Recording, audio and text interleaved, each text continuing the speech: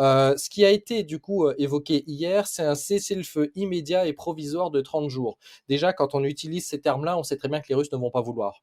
C'est un petit peu bizarre, mais bon, c'est logique, Alors, hein. Au départ, ils soyons, ont proposé soyons très précis. une négociation assez forte, comme le fait Trump avec le Groenland ou comme l'a fait Trump avec les Ukrainiens, avec les Européens, avec les Russes.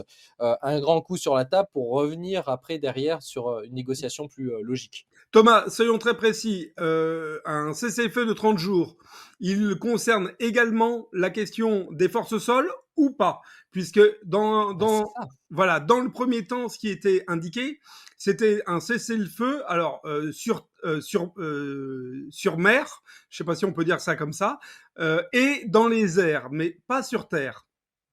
Alors, ce qui est drôle, c'est que du coup, sur mer, les Ukrainiens envoient en particulier des bateaux des fois kamikazes. Donc, en Mhm. fait, c'est plutôt eux qui seront impactés par ça. Et dans les airs, il faut savoir, c'est qu'il n'y a pas beaucoup d'avions ukrainiens qui volent.